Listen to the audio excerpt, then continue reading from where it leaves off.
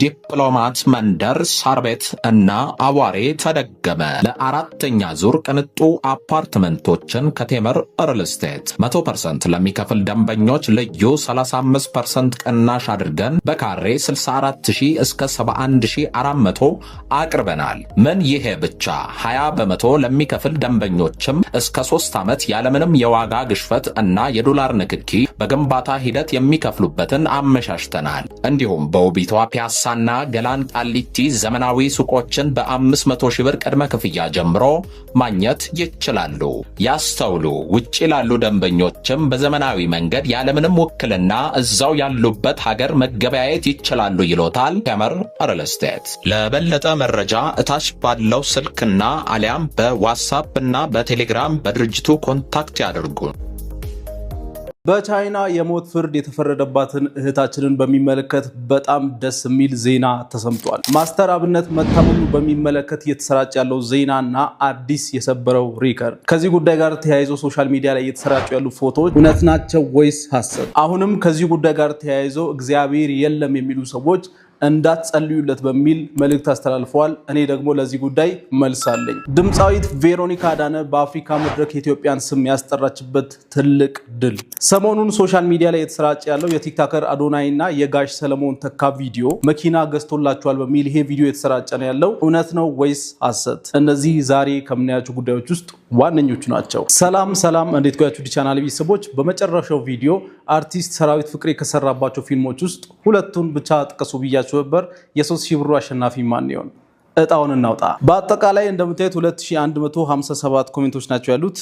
ፒክ ዊነር ሰማያዊ ፈረስና ይፈለጋል በትክክል ተመልሷል። ካሌብ በላይነህ በኢንስታግራም አናግረኝ 3000 ብርህን መውሰድ ትችላለህ። የዛሬው ጥያቄ በጣም ሲምፕል ነው። ከቲክቶክ መንደር በበጎ ተጽዕኖ የምታውቋቸውን ደስ የሚሏችሁን ሁለት ቲክቶከሮች ብቻ ኮሜንት አድርጉ። እንደተለመደው አንድ ሰው ተመርጦ 3000 ብር የሚሸለም ነው የሚሆነው። ለማንኛውም ዛሬም እንደተለመደው ሰሞኑን ሶሻል ሚዲያ ላይ አነጋጋሪ የሆኑ ጉዳዮችን ይዤላችሁ መጥቻለሁ። ለዚህ ቻናል አዲስ የሆናችሁ ሰዎች ሰብስክራይብ ማድረጋችሁን በፍጹም እንዳትረሱ። 500,000 ሰብስክራይበር የመድረስ ጉዟችንን ቀጥለናል። ሁላችሁም እንደተለመደው ደግሞ ይህንን ቪዲዮ ላይክ በማድረግ ጀምሩ። ይህ ዳሎል ኢንተርቴይንመንት ነው።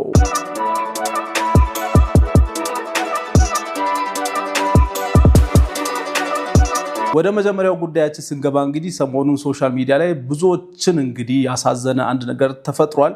ማስተር አብነት በደግነቱ የምናውቀው በተለያዩ ጊዜያት ለኢትዮጵያውያን በተለያየ ሁኔታ ሲደርስ የነበረው ለታመሙ ሰዎች፣ የተፈጥሮ አደጋ ለደረሰባቸው ሰዎች እናም እርዳታ ለሚያስፈልጋቸው ሰዎች በአጠቃላይ ሲደርስ የነበረው ማስተር አብነት በአዲስ ሚዲያ ኔትወርክ በነበረው ኢንተርቪው ከጋዜጠኛው በድንገት ለተጠየቀው ጥያቄ አዎ ታምሜያለሁ በማለት የመለሰው መልስ ሶሻል ሚዲያ ላይ አነጋጋሪ ሆኖ ነበረ። ከዚህ ጉዳይ ጋር ተያይዞ በጣም አዳዲስ ነገሮች ሶሻል ሚዲያ ላይ የተፈጠሩ ነው ያሉት። ጥሩ መጥፎም ነገሮች እያየው ነበረ። ለማንኛውም ከጥሩን ጀምር። በመጥፎ ነገር ጀምረን ቪዲዮአችንን አናበላሽም። ከጥሩ ስንጀምር ማስተር አብነት በነገራችን ላይ በኢትዮጵያ ታሪክ የሶሻል ሚዲያ ሪከርድ ሰብሯል። አንደኛውና ሪከርድ የሰበረበት ምክንያት በኢትዮጵያ ታሪክ ማንም በግለሰብ ደረጃ 5 ሚሊዮን ፎሎወር ደርሶ አያውቅምና ማስተር አብነት በቲክቶክ 5.1 ሚሊዮን ፎሎወር በመድረስ ሪከርድ ሰብሯል። ሁለተኛው ደግሞ በኢትዮጵያ የሶሻል ሚዲያ ታሪክ በኢትዮጵያውያን እጅ ብቻ ላይክ የተደረገ ከ1 ሚሊዮን በላይ ላይክ ያገኘው ማስተር አብነት ነው። 1.2 ሚሊዮን ላይክ አግኝቷል በዚህ ቪዲዮ። እንደምታዩት 1.2 ሚሊዮን ላይክ እና 160,000 ኮሜንት አለው። ከ1 ሚሊዮን ላይክ በላይ በኢትዮጵያ ታሪክ ታይቶ አያውቅም። ሪከርድ ሰብሯል ማስተር አብነት። ይሄም ደግሞ ይገባዋል ማለት ለረጅም ዓመታት ሶሻል ሚዲያ ላይ ኮንሲስተንት ሆኖ ወደዚህ ወደዛ ማለት ሳይኖር ብዙ ክፉ ነገር ሳይወራበት አንዳንዴ የሚነሱበትን ጥያቄዎች በትክክል እየመለሰ የበጎ አድራጎት ስራውን ቀጥሎ እዚህ ደርሷልና ይሄ ልጅ ከማንም በላይ ኢትዮጵያ ውስጥ ፎሎወር ላይክ ይገባዋል ብዬ ነው ማስበው። ለማንኛውም ቲክቶክ ክሬቲቭ አዋርድ ፕሮግራም ላይ አንድ የተናገራት ነገር ነበረች። ኢትዮጵያውያን ጤና እንዲሰጠኝ እግዚአብሔር ጸልዩልኝ በማለት ተናግሮ ወርዶ ነበርና አሁን ድጋሚ አዲስ ሚዲያ ኔትወርክ ላይ ምን ቢኖር ትመኛለህ ብሎ ጋዜጠኛው ሲጠይቀው ሙሉ ጤና ቢኖረኝ ደስ ይለኛል፣ ታምሜያለሁ፣ ወደ ውጭ ሀገር በመሄድ በቅርቡ ሕክምና ጀምራለሁ በማለቱ ሶሻል ሚዲያ ላይ ይሄ ጉዳይ በጣም አነጋጋሪ ሆኖ ነበረ። ለዚህም እሱ ራሱ የራሱ አካውንት ላይ መጥቶ በጣም ብዙ ህዝብ ሲጨነቅ መልስ ሰጥቶ ነበረ። እሱን እስቲ ሰምተን እንመለስ። ሰላም እንደምን ቆያችሁ?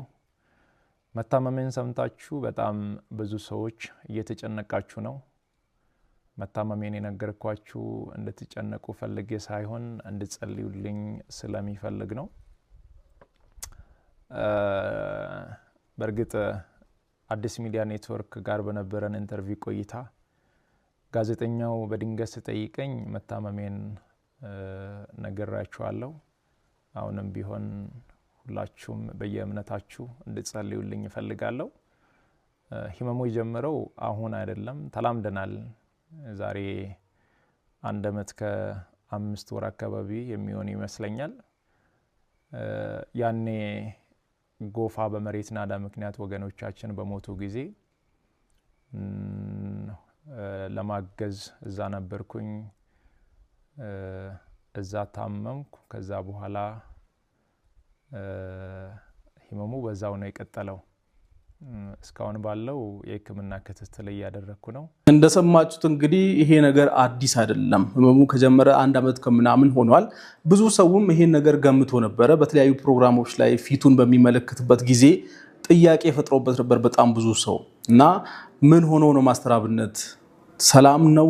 ምንድነው? ፊቱ ላይ የሚታየው ነገር ልክ አይደለም፣ ህመም ውስጥ ያለ ይመስላል በሚል በጣም ብዙ ሰው ተጨንቀው ሲጠይቅ ነበረ። ግን ያን ያክል የሶሻል ሚዲያውን አቴንሽን አላገኘም ነበር። ምክንያቱም እሱ በግልጽ መጥቶ እንደታመመ አላሳወቀም ነበርና በዛ ምክንያት ሶሻል ሚዲያ ላይ በደንብ አልተወራም ነበረ ጉዳዩ። አሁን የአዲስ ሚዲያ ኔትወርክ ኢንተርቪው ነው ይሄን ሁሉ ነገር መነጋገሪያ እንዲሆን ያደረገው ማለት ነው። በጣም አዝናለሁ።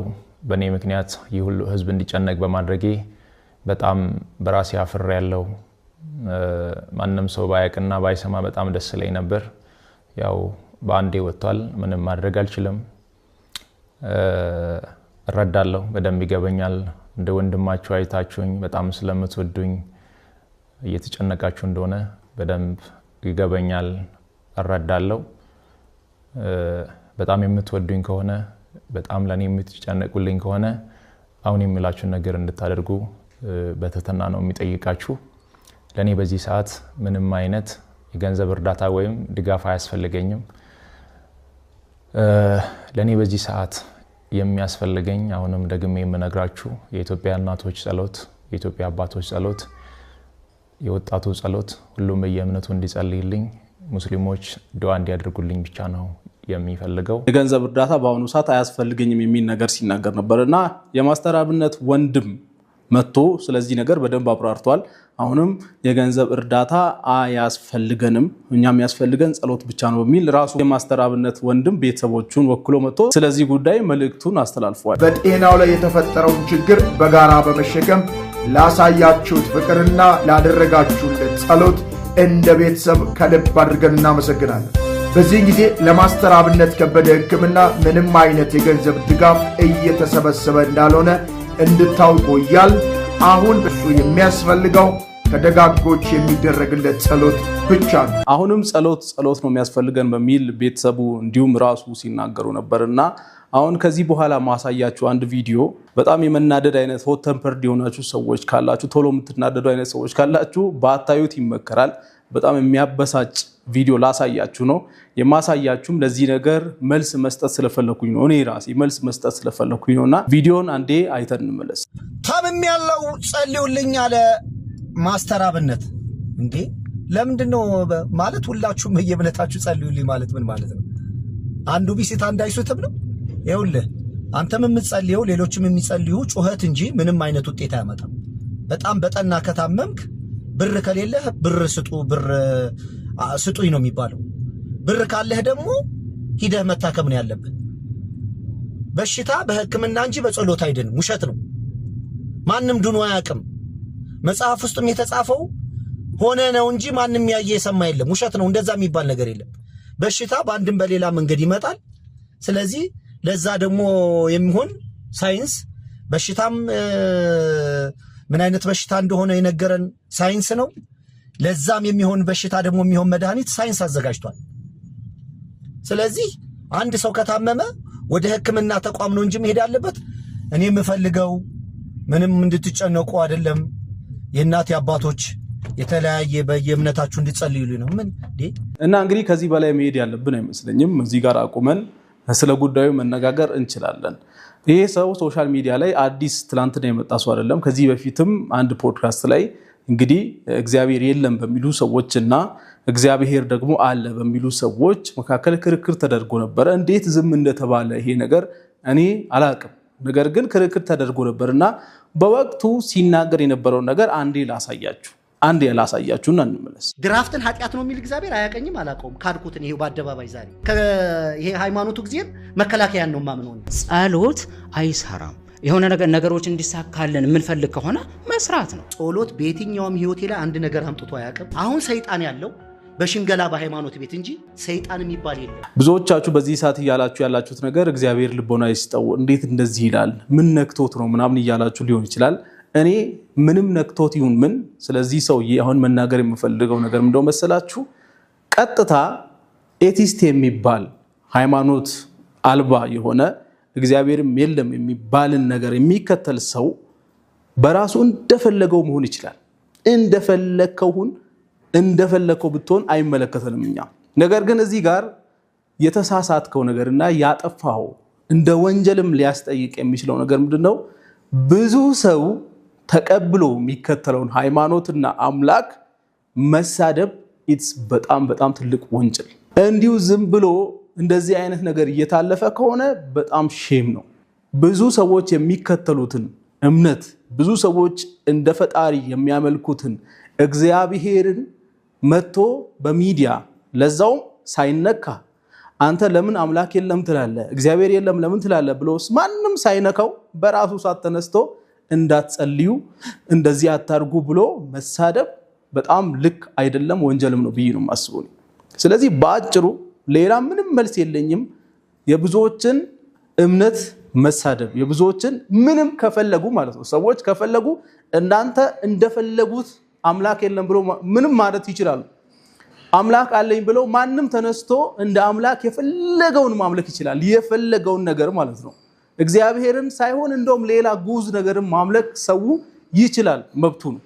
ስለዚህ ያንን ብዙ ሰዎች የሚከተሉትን ነገር መተህ ስትናገር ስታንቋሽሽ ይሄ ነገር ወንጀል መሆኑን አላወቅም መሰለኝ። ማንም ሳይነካው ማንም ሳይነካካው መጥቶ ማይሆን ነገር ስለተናገረ ማለት ነው። ስለሌሎች እምነት የራሱን እንደፈለገ መሆን ይችላል። እንዳልኳችሁ የመናገር ነፃነት አለው፣ የማስረዳት ነፃነት አለው፣ የፈለገውን ፊልም የሚያደርገውን ነገር ማድረግ ነፃነት አለው።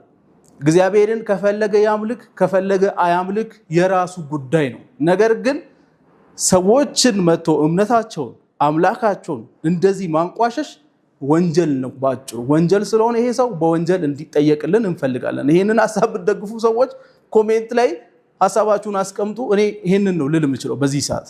ለምን አላመለከም ምናምን ገደል ለምን አይገባም አይመለከተኝም። ነገር ግን ህዝብ እያመለከ ያለውን አምላክ በሚሊዮኖች የሚቆጠሩ ሰዎች የሚከተሉትን ሃይማኖትና አምላካቸውን መጥቶ ማንም ሳይነካው ከመሬት ተነስቶ እንዳትጸልዩ እንደዚህ አታርጉ አምላካችሁ አይሰራም የለም ከናንተ አምላክ መከላከያ ይሻላል ምናምን ብሎ መናገር ወንጀል ነው ባጭሩ። ስለዚህ ይሄ ሰው በወንጀል እንዲጠየቅልን እንፈልጋለን። ይሄን ነው ምለው ባጭሩ።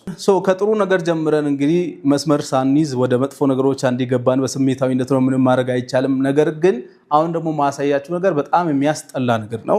ማስተር አብነት መታመሙን በማስመልከት ሶሻል ሚዲያ ላይ እየተሰራጩ ያሉ ፎቶዎችና ቪዲዮዎች አሉ። በዚህ ነገር ባይዘወይ እናንተ ላይ ነው የምናደደው፣ ተመልካቾች ላይ ነው የምናደደውና ለምን እናንተ ላይ እንደተናደድኩኝ ያሳያችኋል። እዚህ ጋር የምታዩት አካውንት የናታን የሚባል ሰው ነው። ናታን 19 ናታን 3 ይህንን ዩዘር ኔም በደንብ ያዙ። ለምን እንድትይዙ እንደፈለግኩ ነግራችኋለሁ። እና ይሄ ሰው ማስተር አብነት እንደታመመ ከታወቀ በኋላ ፖስት የሚያደርጋቸው ነገሮች አንዴ ላሳያችሁ። አሁን ተመልከቱ። እዚህ ጋር በጣም ስለኔ አትጨነቁ፣ ወደ ውጭ ለመሄድ ፕሮሰሱ እያለቀ ነው ብሎ አንድ ሆስፒታል ውስጥ ማስተር አብነትን ቁጭ አድርጎ ፎቶ ፖስት አደረገ። ማስተር አብነት ለምርመራ በጣም ነው የተጨነቅኩት አለ ብሎ ፖስት አደረገ። ኖርማል ነው እስካሁን አይደለም። ሌላ ደግሞ እዚህ ጋር እንደምታዩት ከጭንቅላቱ ደም እየወሰዱ ነው አሉ ምናምን ብሎ እንደዚህ አይነት ፎቶ ጀነሬት አድርጎ ሶሻል ሚዲያ ላይ ፖስት እያደረገ ነበረ። ይሄን አካውንት ናታን 19 ናታን 3 የሚባለውን አካውንት ሪፖርት እያደረግን እናውራ። ጎን ለጎን ሪፖርት እያደረጋችሁ ለማንኛው መዘጋት አለበት አካውንቱ ባጭሩ። ያው እኔ በሱ አልናደድም፣ ምክንያቱም ማዘጋት እንችላለን። እኛ በሱ ላይ 100% ኮንትሮል ስላለን ይሄንን አካውንት ማዘጋት እንችላለን። ግን እኔ እናንተ ላይ የተናደድኩት ምንድነው መሰላችሁ? እዚህ ኮሜንት ላይ ገብታችሁ እዚህ ፎቶ ላይ የሚሰጡ ኮሜንቶችን ብታዩ ያሳፍራል። እንዴት አንድ ሰው ቲክቶክ የሚባል አፕሊኬሽን ዳውንሎድ ማድረግ እየቻለ ቲክቶክ ስክሮል ማድረግ እየቻለ ኮሜንት መስጠት እየቻለ ላይክ ሼር ምን እንደሆነ እያወቀ ኤአይ ስለሚባል ነገር እንዴት በ2025 ዓመተ ምህረት እንዴት አይሰማም? አርቲፊሻል ኢንተለጀንስ ኤአይ የተባለ ሁሌ እየተነገራችሁ አይደል እንዴ? ለምንድን ነው እንደዚህ አይነት ሰዎችን ፎቶዋቸውን ላይክ እያደረጋችሁ? ይሄ ልጅ አሁን 40,000 ፎሎወር ደርሻለሁ አመሰግናለሁ ምናምን ብሎ 50,000 ፎሎወር በዚህ ፎቶ ምክንያት ነው የደረሰው። እና ለምንድን ነው እናንተ ማትነቁት?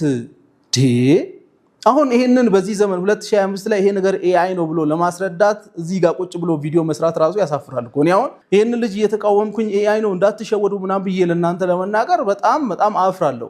እንዴት እስካሁን ሰው ይሄን ነገር ማወቅ ያቅተዋል? አሁን ሌላ አንድ የሚያሳፍር ቪዲዮ ደግሞ ላሳያችሁና ይገባችኋል አሁን ስለምን እያወራሁ እንደሆነና ይሄንን ቪዲዮ ተመልከቱ እስቲ። አሁን ይሄን ቪዲዮ በምትመለከቱበት ጊዜ አዶናይ ቲክቶከሩ አዶናይ ለጋሽ ሰለሞን መኪና ገዛ እንግዲህ ተብሎ ነው።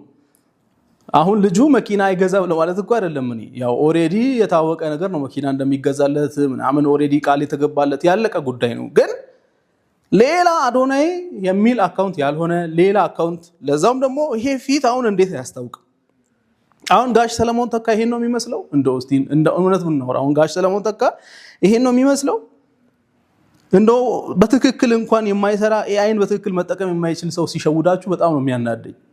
ቢያንስ ኤአይን እንኳን በትክክል ተጠቅሞ መልካቸውን እንኳን በትክክል ማስመሰል የቻለ ሰው ቢሸውዳችሁ ኖርማል ነበረ። ግን የነሱ ሰዎች እናንተ ሲሸውዳችሁ የነዛን ሰዎች ፊት እንኳን በትክክል መስራት ያልቻለ ዝም ብሎ አንድ ጀማሪ ቴክኖሎጂን ሀ ብሎ ገና እየጀመረ ያለ ሰው ሲሸውዳችሁ ያናዳል። እና ይሄንን ፎቶ ይሄንን ቪዲዮ አይቼ ብዙ ሰው መቼስ ኤአይ ነው እንዳትሸወዱ ይላል ብዬ ይስቃል ብዬ ስገምት ኮሜንት ላይ ምን የሚል ኮሜንት እየተሰጠ ነው? ተመልከቱ እነዚህን ኮሜንቶች። እልልልልል ይላል፣ ደስ ይላል፣ ማሻላ፣ ተመስገን፣ ክብር ለመድኃኒዓለም። በምንድን ነው ግን ኢትዮጵያውያን እኛ መቼ ነው እንደዚህ አይናችንን ገልጠን ማየት የምንችለው? ይሄን ፊታቸውን እንኳን በትክክል ኤዲት ማድረግ የማይችል ሰው እየመጣ ሲሸውደን አያበሳጭም? እኔ ለዛ ነው የተበሳጨሁት። እና ይሄን ቪዲዮ ፌክ ነው ኤአይ ነው ቼክ አድርጉ። አሁን የኤአይ ዘመን ነው።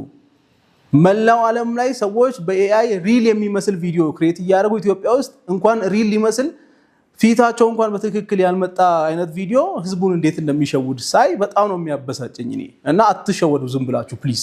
ሌላኛው ዛሬ የምናወራበት ጉዳይ እንግዲህ ሰሞኑን ሶሻል ሚዲያ ላይ አንዳንድ ንቅናቄዎችን እያየው ነበረ። በቻይና አንዲት ናዝራዊት የምትባል ኢትዮጵያዊት ከጥቂት ዓመታት በፊት በአደንዛዥ እጽ ዝውውር ምክንያት በቻይና የሞት ፍርድ ተፈርዶባታል እና ይሄን ነገር ባለማወቅ ያደረገችው በጓደኛዋ ምክንያት ያደረገችውና መንግስትም የራሱን ድርሻ እንዲወጣ እሺ ወጣት የሞት ፍርዱ ተፈጻሚ እንዳይሆንባት እባካችሁ የቻልነውን ያክል እናድርግ በሚል ንቅናቄዎች ነበሩ። ሰሞኑንም ሶሻል ሚዲያ ላይ ብዙ ሰዎች የተለያየ ቪዲዮ እየሰሩ ነበረ እሷን በሚመለከት የቻልነውን ሁሉ እናድርግ በሚል ማለት ነው።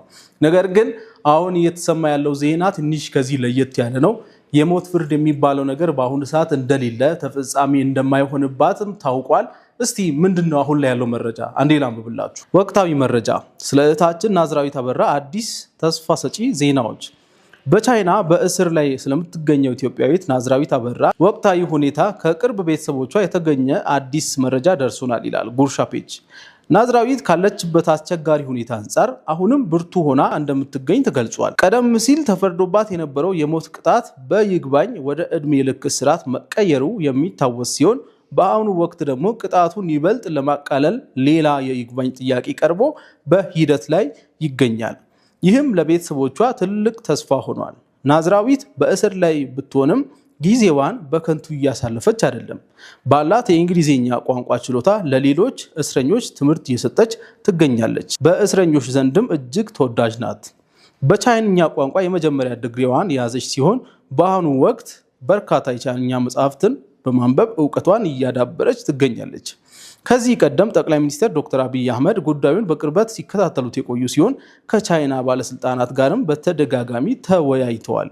ጠቅላይ ሚኒስትሩ ለቤተሰቦቿ ስልክ በመደወል ድጋፋቸውን መግለጻቸው ተጠቁሟል። በቅርቡም እህቶቿ እና ፓይለት የሆነው ወንድሟ ወደ ቻይና በመጓዝ በአካል አይተዋት ተመልሰዋል። አንዳንድ በማህበራዊ ሚዲያ የሚዘዋወሩ ያልተረጋገጡ መረጃዎች በቤተሰቧ ላይ ከፍተኛ ድንጋጤ እየፈጠሩ ይገኛሉ። ቀናቶች ቀሯት የሞት ፍርድ የሚባል ነገር የለም። እባካችሁ ቤተሰብ አታስጨንቁ።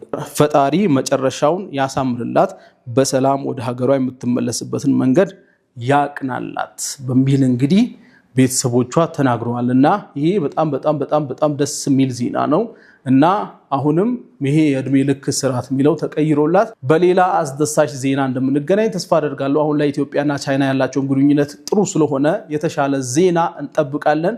እንኳን ደስ አላችሁ ኢትዮጵያውያን። ለሷ ስታለቅሱ የነበራችሁ የደነገጣችሁ ሰዎች በሙሉ እንኳን ደስ አላችሁ። ከዚህ በላይ ትልቅ ዜና ምን አለ? ወደ ቀጣዩ አስደሳች ዜና ስናልፍ ደግሞ ድምፃዊት ቬሮኒካ አዳነ ሰሞኑን በተካሄደ አዋርድ ላይ በአፍሪካ የኢትዮጵያን ስም አስጠርታለች። የጠበቅነው የምስራች የናፈቅነው የድል ብስራት ከታንዛኒያ ምድር ከፍ ባለ ድምጽ ተሰምቷል። የኢትዮጵያ የጥበብ አምባሳደር አንጸባራቂዋ ኮከብ ቬሮኒካ አዳነ በ2025 ዚኮሞ አፍሪካ አዋርድስ መድረክ ላይ የድል አክሊል ደፍታለች። ዘንድሮ ኢትዮጵያ በመድረኩ ሁሉ አልተቻለችም።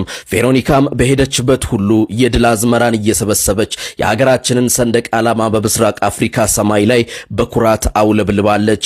ያ የለመድነውና ልብ የሚያሞቀው የኢትዮጵያዊነት ወኔና ጥበብ በታንዛኒያ ምድር በደመቀ ሁኔታ ታይቷል። ይህ ሽልማት የቬሮኒካ የታታሪነትና የጥንካሬ ውጤት ብቻ አይደለም። ይልቁንም የኢትዮጵያ ሙዚቃና ዜማ በአፍሪካ መድረክ ላይ ያለውን የማይናወጥ የበላይነትና ጥልቅ ተጽዕኖ ዳግመኛ ያረጋገጠ የታሪክ አሻራ ነው። ለቬሮኒካ እንኳን ደስ ያለሽ። ይህ ለጥበብ ያለሽ ፍቅርና ትጋት የሰጠሽ ተገቢው ክብር ነው። ለደጋፊዎቿ እንኳን ደስ አላችሁ። ጸሎታችሁና ድጋፋችሁ ዛሬ ለዚህ ትልቅ ውጤት አብቅቷታል። ለኢትዮጵያ ድል ለሀገራችን። የጥበብ ልጆችሽ በዓለም አደባባይ ስምሽን ማግነናቸውን ይቀጥላሉ። ይህ የድል ጉዞ ለቀጣይ ትልልቅ ዓለም አቀፍ ስኬቶች መነሻ እንደሚሆን አንጠራጠርም። የጥበብ ንግስቷ ቬሮኒካ አዳነ ወደፊትም በዜማሽ ዓለምን ስታስደምሚ ለማየት እንጓጓለን። እንኳን ደስ ያለሽ ቬሮኒካ፣ እንኳን ደስ አለ የኢትዮጵያ ሕዝብ።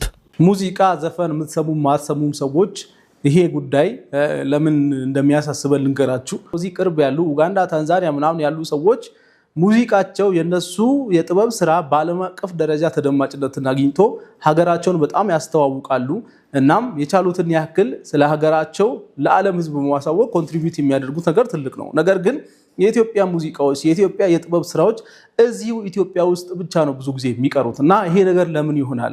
ኢትዮጵያውያን ለምንድን ነው የአፍሪካ መድረኮች ላይ አዋርድ የማያገኙት? አሁን ይሄ ነገር ወደ ጥሩ አቅጣጫ እያመራ ይመስላል። ኢትዮጵያውያን ወጣቶች ሀገራችንን ለማስተዋወቅ ከዚህ በፊት ለሀገራችን ያለውን አስተሳሰብ ለማስተካከል በጣም ጥሩ እድል ስለሆነ ይሄ ጉዳይ እንደ ሀገር ይመለከተናል ብዬ ነው ማስበው። ኢትዮጵያውያን በአጠቃላይ እንኳን ደስ አላችሁ። ዳሎል አካዳሚ ላይ እስካሁን ያልተመዘገባችሁ ሰዎች ግን ምን አስባችሁ ምን እንዳሰባችሁ ብቻ ንገሩኝ። ሶሻል ሚዲያን በመጠቀም እንዴት ነው ቪዲዮ መስራት የምንችለው? የቪዲዮ ሀሳብ ከማምጣት ቪዲዮ መቅረጽ፣ ኤዲት ማድረግ እናም ሶሻል ሚዲያ ላይ ገንዘብ እንዴት ነው የሚገኘው? ቪው ማግኘት የምንችለው እንዴት ነው? ሶሻል ሚዲያ ላይ ቪው የሚገኘው በምን አይነት መልኩ ነው የሚለውን በደንብ የምናስረዳበት የኮንቴንት ክሪኤሽን ኮርስ በኦንላይንም በአካልም የሚሰጠው ዳሎል አካዳሚ ላይ ስለሆነ እታች ዲስክሪፕሽን ላይም አንደኛ ኮሜንት ላይም አስቀምጥላችኋለሁ። ሊንኩን ገብታችሁ መመዝገብ በራሳችሁ መመዝገብ ትችላላችሁ። በአካልም በኦንላይንም ለመማር ሌላው ደግሞ በ0924845589 በመደወል ቀጥታኛን ማግኘትም ትችላላችሁ ማለት ነው። ፈረቃው ለሁላችሁም የሚመች ስለሆነ የሚመቻችሁን መርጣችሁ መማር ትችላላችሁ። የዛሬው ቪዲዮ ይህን ይመስል ነበር። ሌላ ጊዜ በተሻለ ቪዲዮ እስከምንገናኝ ድረስ መልካም ቆይታ ይላችሁ። ባይ ባይ።